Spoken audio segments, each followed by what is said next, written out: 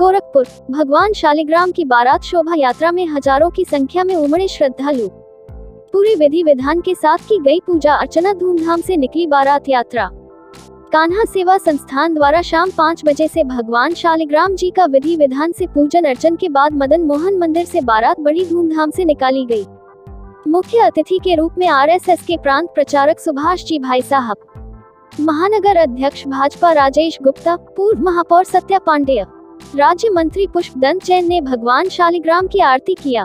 भगवान श्री शालिग्राम जी का बारात आर्यनगर चौराहे से थबई का पुल, दीवान बाजार, चरणलाल चौक होते हुए पुनः डीबी स्कूल होते हुए गर्ग इवेंट में पहुंची। रास्ते में श्रद्धालुओं ने जगह जगह पर बारात पर पुष्प वर्षा किया। लोग भगवान शालिग्राम तथा माता तुलसी की जयकारा लगाते हुए भजन गाते हुए बारात में चल रहे थे।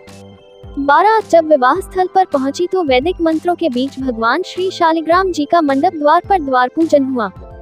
उसके पश्चात माता तुलसी जी भगवान श्री शालिग्राम जी को जयमाल पहनाया गया, जहां पर सभी महिलाओं द्वारा परछावन हुआ। फिर विधि विधान से माता तुलसी एवं श्री शालिग्राम भगवान का विवाह वैदिक मंत्रों के बीच आचार्य गण द्वारा संपन्न कराया गया।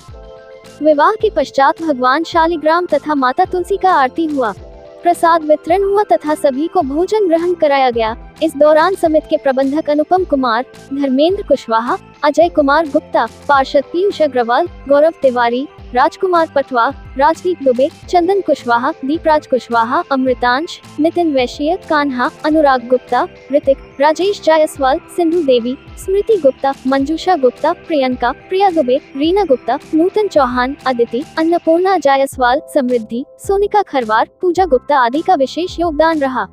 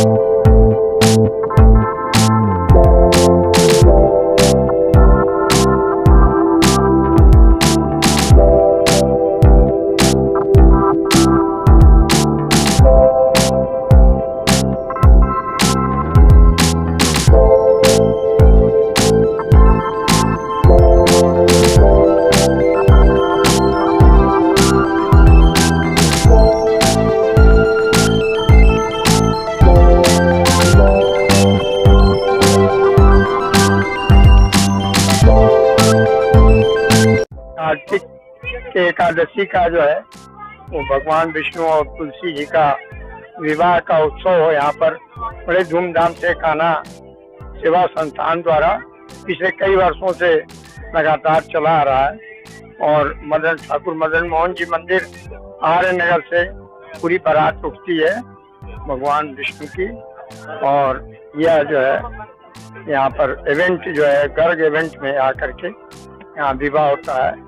और निश्चित रूप से इसके पहले लड़कियों का भी विवाह ये कान्हा सेवा संस्थान गरीब बच्चियों का भी कराता था।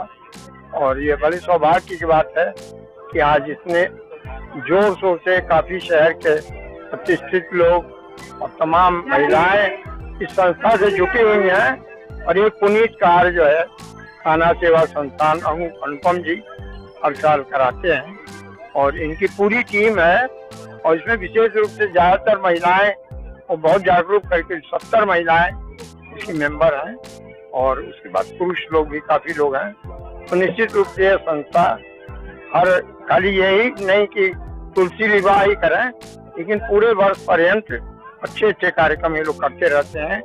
सभी मतलब इवेंट्स में दीपावली हो, दशहरा हो, होली हो, इसके साथ साथ बसंत पंचमी वगैरह, तो तमाम इवेंट ये लगातार पूरे वर्ष पर्यंत कराते रहते हैं और बहुत अच्छा लगता है। मैं अक्सर इन लोगों के कार्यक्रमों में हमेशा जाता रहता हूँ। तो ये बहुत अच्छा कार्य है और आज सबसे पुनीत कार्य है कि तुलसी जी का विवाह भगवान विष्णु के साथ जो है ये होने जा रहा है आज। और ये बहुत एकादशी का त्योहार कार्तिक में बहुत महत्वपूर्ण होता है।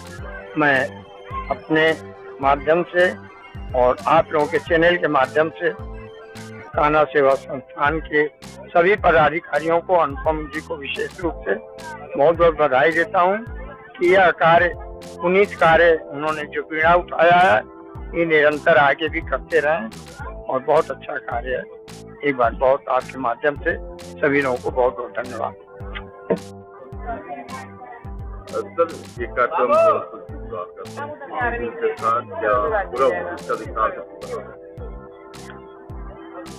ये कार्यक्रम तुलसी विवाह का है। सन 2003 से प्रारंभ हुई और इस वर्ष 20वीं वर्ष थी, जो बहुत भव्य रूप में हो रहा है।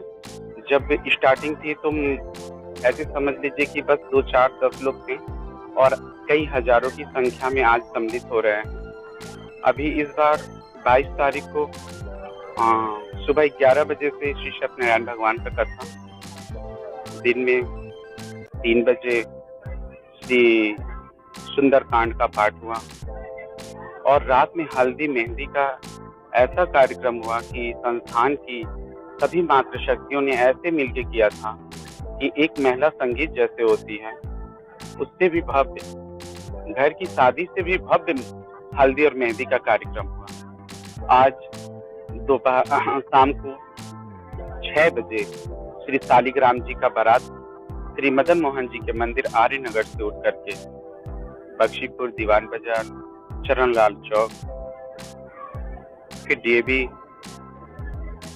स्कूल के बगल में गर्ग इवेंट में प्रस्थान की, जहां भगवान का द्वार पूजा हुआ, भगवान का परछावन हुआ। सभी मातृशक्तियों ने मिलकर बहुत अच्छे से उनका स्वागत किया। भगवान को फिर मंडप में लाया गया। हमारी माता तुलसी भी मंडप में लाई गई।